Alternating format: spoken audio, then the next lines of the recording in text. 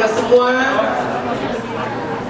Siang hari ini kita bersuka cita dan kita bersyukur oleh karena pekerjaan Bapa yang besar yang ada di tengah-tengah kita semua. Saudara, hari ini saya sekali lagi mengucapkan selamat Paskah buat kita semua. Selamat melewati proses demi proses. Seperti Yesus mengalami proses. Paskah artinya Passover. Melewati semua hal yang kita lalui dalam segala sesuatu, kematian, pembentukan, masalah demi masalah. Tetapi hari ini kita bersyukur karena kita tahu Tuhan sudah menang dan Dia sudah bangkit pada hari yang ketiga. Ada amin saudara? Sekali lagi kita berikan tepuk tangan yang terbaik kepada Tuhan kita. Dia sudah menang. Dan hari ini saya percaya Tuhan menaruh rencana yang besar buat saudara dan saya. Di dalam tahun 2013, di awal tahun saya sudah menyampaikan kepada kita semua bahwa tahun ini adalah tahun kemenangan dan kebangkitan. Ada amin?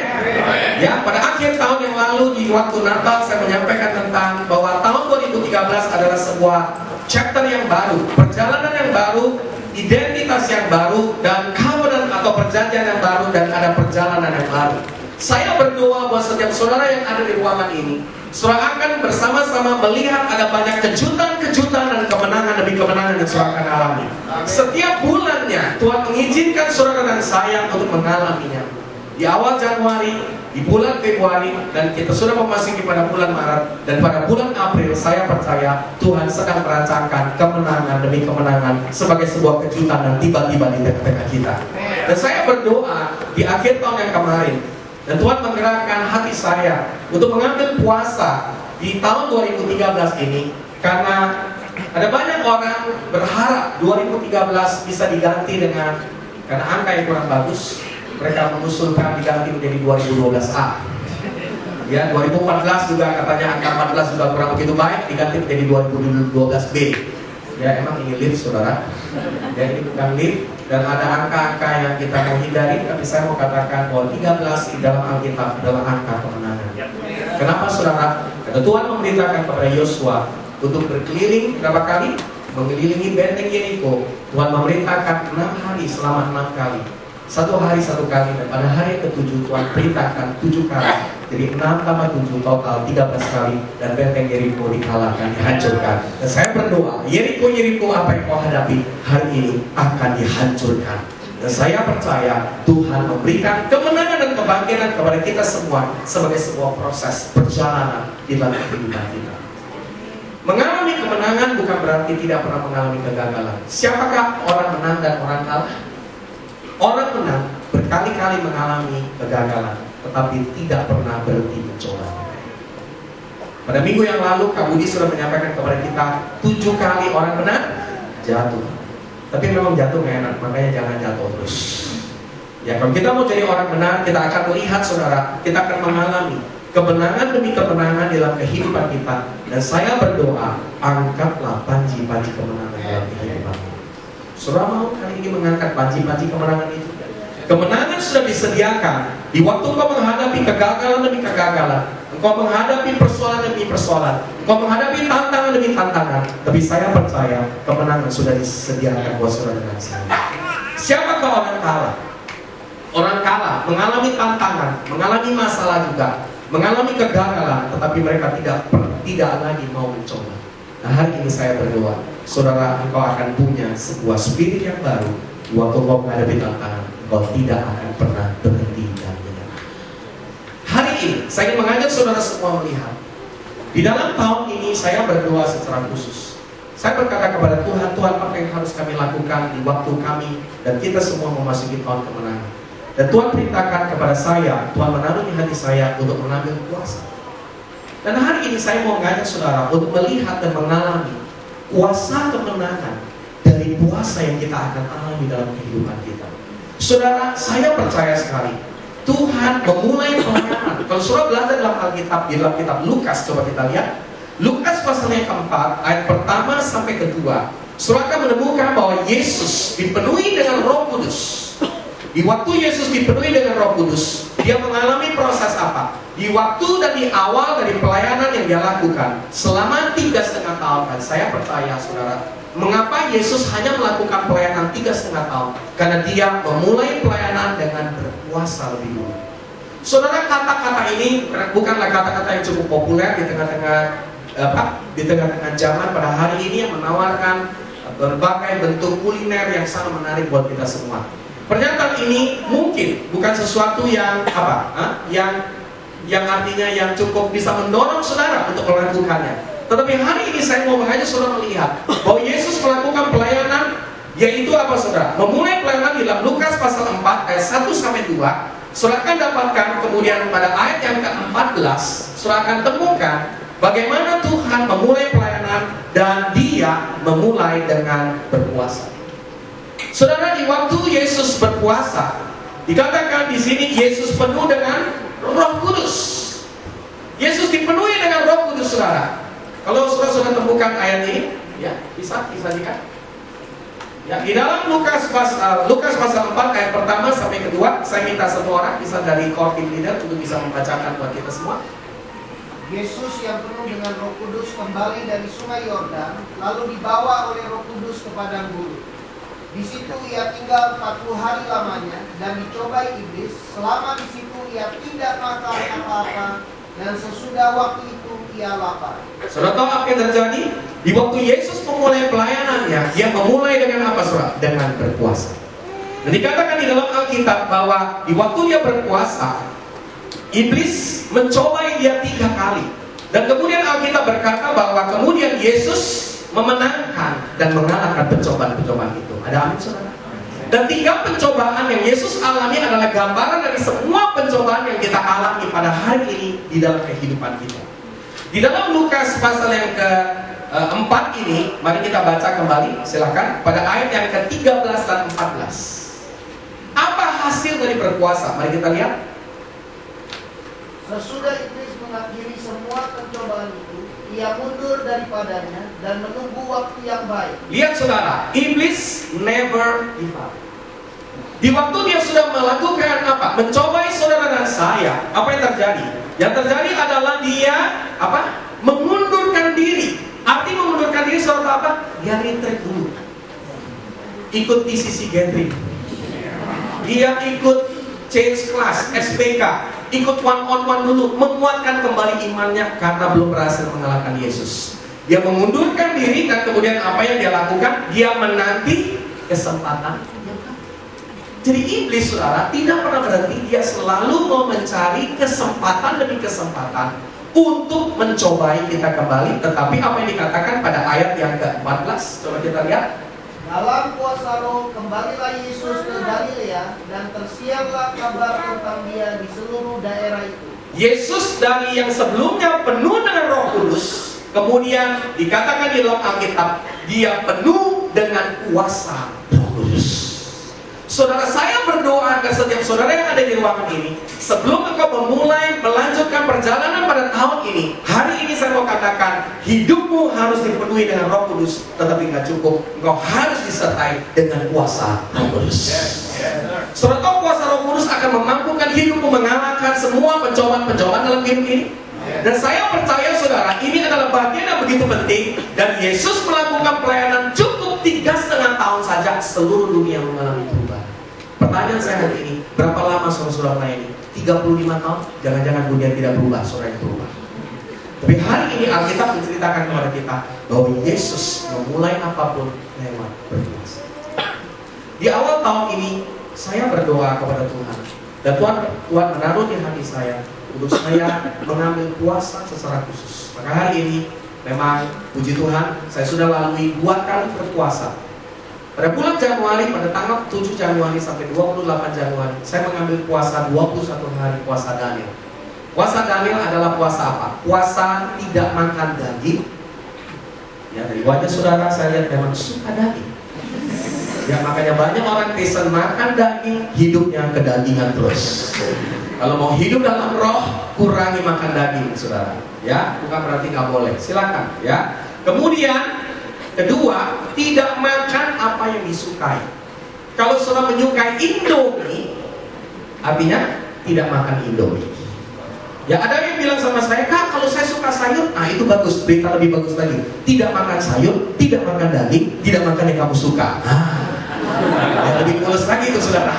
Ya kan? Tapi saya percaya saudara, selama 21 hari saya melakukan puasa ini, saya percaya ini seperti saya memulai sebuah awal tahun dengan sebuah keyakinan bahwa hidup saya akan seperti Yesus. Saya dipenuhi dengan kuasa Roh Kudus dan saya akan mengalami kuasa Roh Kudus dalam hidup saya. Dan saya percaya saudara, saya melihat ada kemenangan demi kemenangan yang Tuhan sudah siapkan, tapi saya tidak bisa cerita satu-satu karena waktu.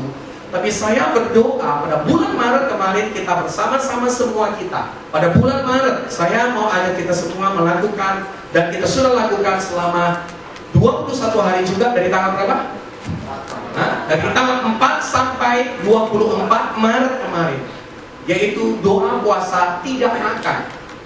Kali ini tidak makan selama 21 hari juga, artinya kita buka puasa itu di jam 4 sore, ada yang jam 5 sore, ada jam 6 sore, atau mungkin saudara sebagai pemula saudara juga bisa buka di jam 12 atau jam 1. Dan selama 21 hari memang benar-benar saudara, ya, ini adalah dua puasa yang kedua.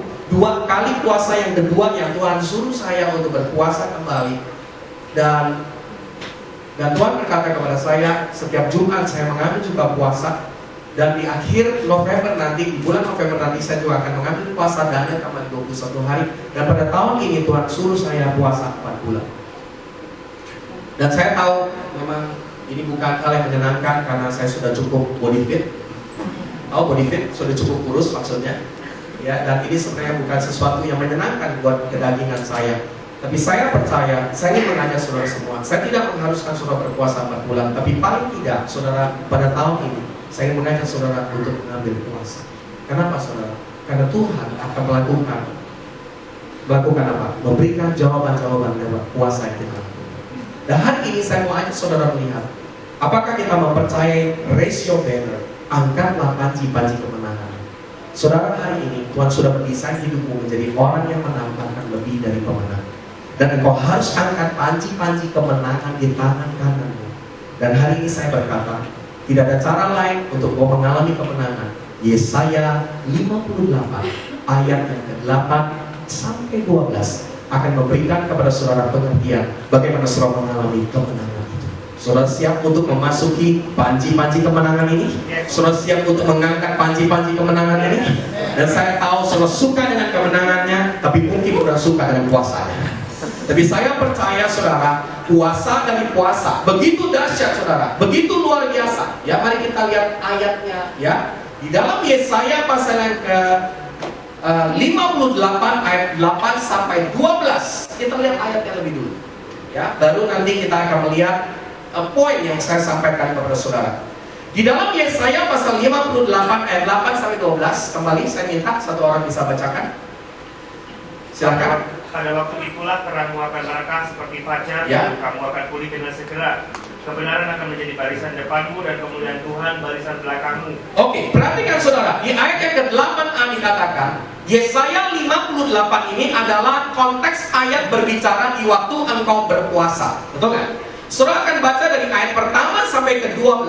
Ini adalah sebuah prinsip yang Tuhan ajarkan di waktu kita berpuasa, sama seperti Yesus juga berpuasa. Yaitu apa saudara? Yaitu di dalam Yesaya 58 ayat yang ke-8 firman Tuhan berkata, pada waktu itulah terangmu akan mereka seperti fajar. Dan dikatakan apa? Mari kita baca sama-sama. Dan lukamu akan pulih dengan segera. Saudara, pertanyaan saya hari ini, berapa banyak saudara sedang terluka? Saudara sedang kecewa, saudara sedang mengalami ketertolakan, saudara sedang mengalami kegagalan, saudara sedang mengalami kepahitan, saudara sedang mengalami berbagai hal yang ada dalam hidupmu. Termasuk juga saudara yang sedang mengalami luka secara fisik, luka di dalam tubuhmu, apapun. Dan firman Allah berkata apa? Firman Tuhan berkata, lewat berpuasa, lukamu akan pulih dengan segera. Amin saudara. Saudara percaya bahwa luka-lukamu akan pulih dengan segera? Maka hari ini saudara, di waktu saya menemukan ada banyak orang terluka dalam hidupnya, saudara, saya menemukan ada orang kecewa, mudah saudara jatuh di dalam apa? Di dalam perasaan. Mereka merasa saudara ada apa? Ada kegagalan, mereka merasa ada kekhawatiran, ada hal-hal yang mengikat hidup mereka. Dan saya berdoa buat saudara semua, ternyata puasa adalah apotik buat hidup kita. Saudara tahu? Di waktu saudara masuk apotik, saudara akan menerima resep, dan kemudian di dalam resep ini saudara akan temukan kata apa? get well soon. Atau kalimat dalam bahasa Indonesianya, semoga lekas sembuh. Coba lihat sebelah saudara, butuh kesembuhan, ambillah puasa. Ada amin saudara? Sekarang saya kalau ketemu orang yang terluka, ketemu orang yang sakit, mudah saudara. Mau hari ini cek ke lab saja, mau ngecek kondisi tubuh supaya normal, mesti apa? Puasa. Benar nggak? Puasa menormalkan semua hal yang tidak normal dalam hidup. Banyak orang Kristen hidupnya di bawah normal, maka saya sebut apa saudara? Abnormal. Ya banyak maaf yang abnormal yang sedang ada dalam dunia kekristenan. Tetapi sebaliknya lagi ada orang yang kelebihan normal. Jadi apa?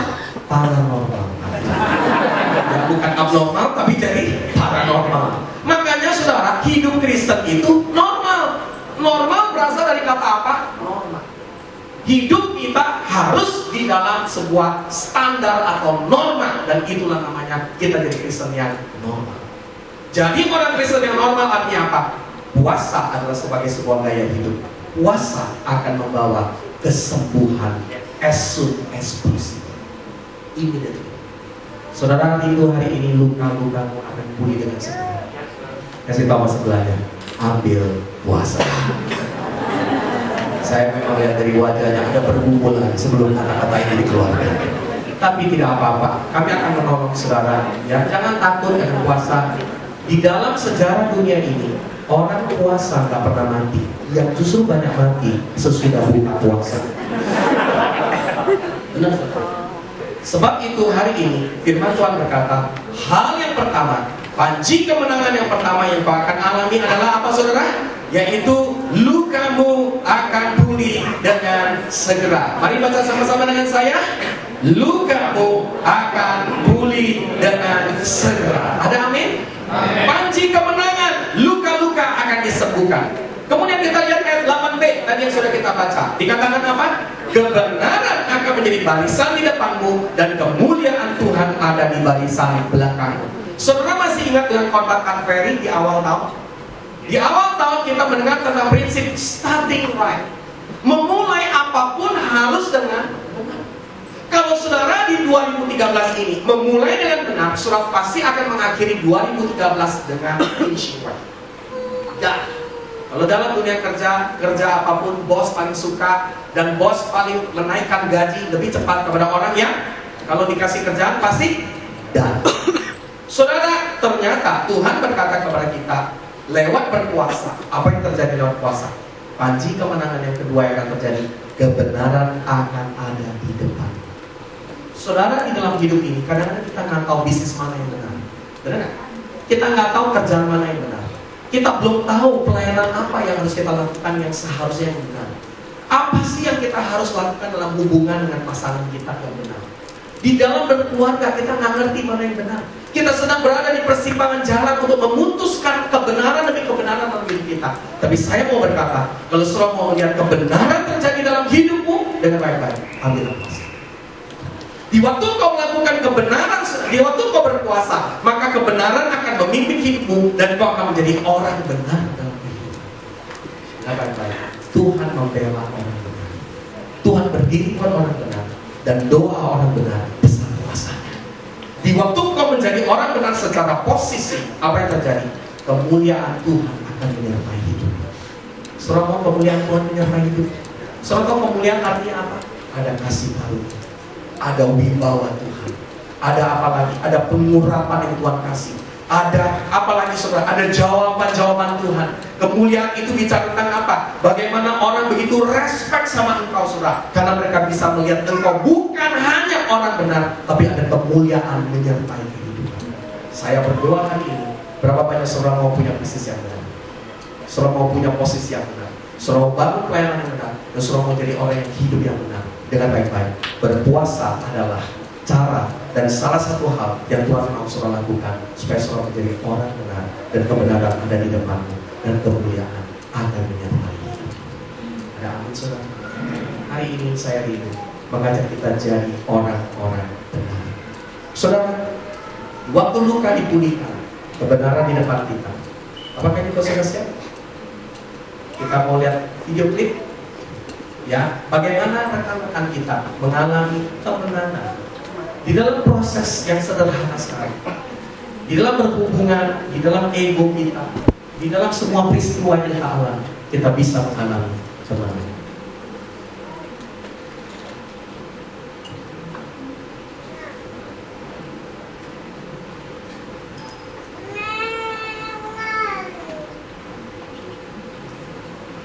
Ini adalah kesaksian dari teman-teman yang melakukan puasa kemarin, dan saya percaya ini adalah bagian yang sedang mereka bisa bagikan kepada kita semua.